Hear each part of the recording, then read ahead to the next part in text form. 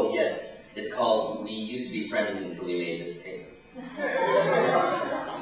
So, this next really quick poem, I was once deluged by a poet in a poetry society that will remain anonymous, but after about 35 minutes of haiku, I was ready to kill, but I didn't. So, I wrote this instead. This is the divine haiku. I don't like you, so I am blessed by gods that don't like your ass either.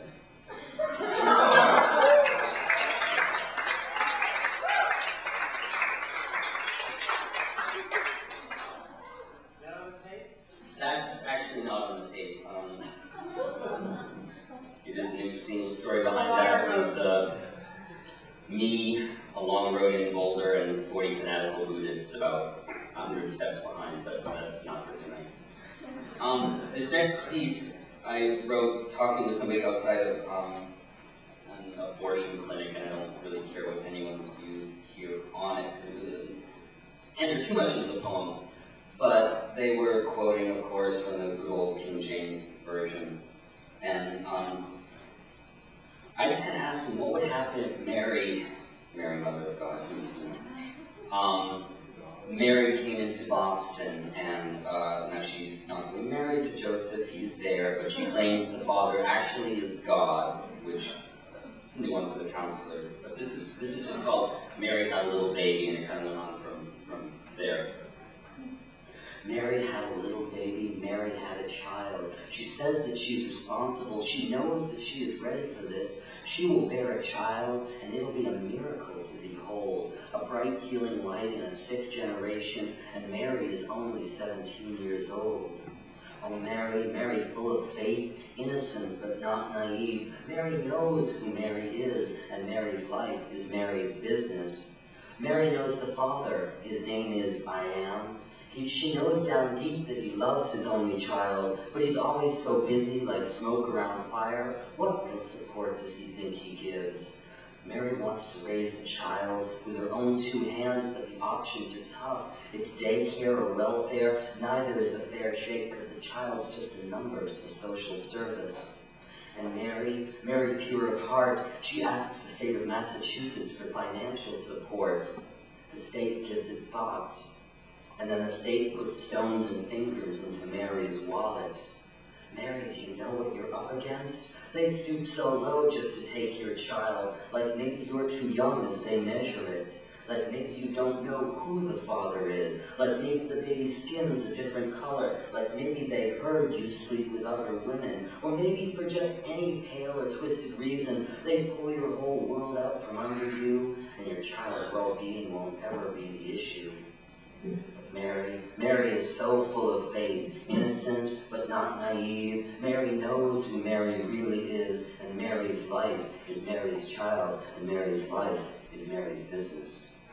How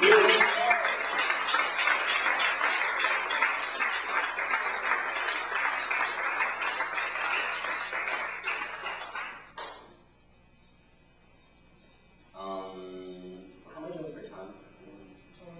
2 minutes.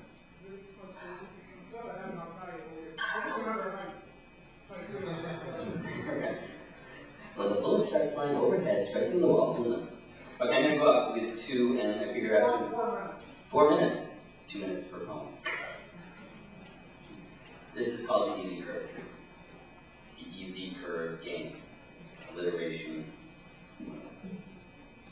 It was an easy curve on an effortless Sunday morning. We were drinking sweet coffee out on the front porch and talking about, I think, math class back in high school as the hours gently fathom by in front of us. Hands that no hands reach to touch hands. I heard your heartbeat in your slow sigh. I wanted only to hold gently you. I heard your heartbeat, and I heard your heartbeat. You said, I wonder how 3 words can just hang there, unspoken words, but still so heavy in the air. And are we having a contest to see who's first to say them?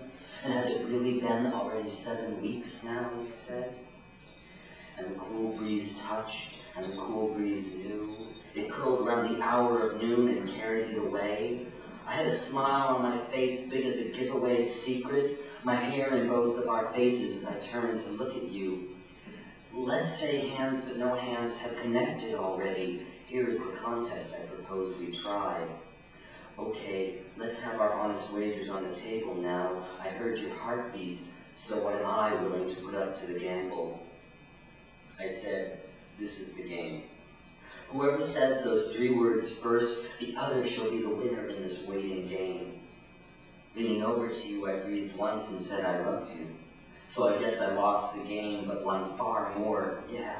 Yeah, and hands that know 2 whole bodies have shown strength, having reached out, discovering your beauty. I have found also mine. I wanted to hold only very gently you. I heard your heartbeat. It is fine. It is fine. It is fine. It is fine. I heard your heartbeat. Here is mine.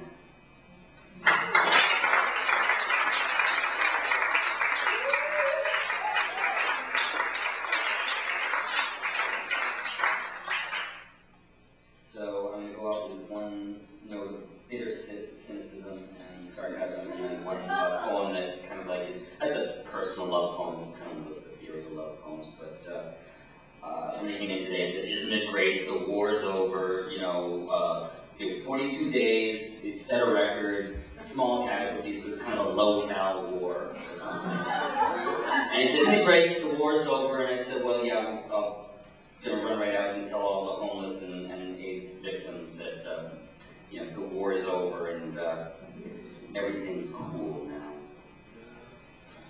So after that little chunk to swallow, do a little 180-degree shift, because I never like to leave people, an audience as depressed as I walked up here. So, I feel like the performer goes the audience, But you always This is called The Rising of the Night. Our hands are mirrors, they answer one another. Bodies close and constant, we reach and discover, find each other close enough in the true direction of our ship's rudder. The journey, it inspires us. We are invisible and indefinite, but so is sunlight. In common faith we find connection, important to the marrow. Gentle is the word to use, so say gentle and cry, it's all right. Don't you know it's all right? It's in the rising of the night. It's in the shaking of the bones. It's in the pull of the tides and the ley lines and the standing stones. As day rests on the horizon and everything is all right, the thrum of day lessens. I feel the rising of the night. We can be as obvious as drum beats. We're still truly secret lovers in the bed we lay upon, in the passion we inherit. And come of it, a love of good earth, the webs that bind it tight, drawing strength from the sun, and love, the finite and the infinite. And wondrous is what we see, so cry out with wonder, and laugh. Laughter is all right too, you know it's all right. We will face life full in the faceful, with only a mouthful and an extra handful. It's in the rising of the night. It's in the shaking of the bones, in the pull of the tides and the ley lines and the standing stones. As day crests on the horizon, still everything is all right. The thrum of day finds its origin in the rising of the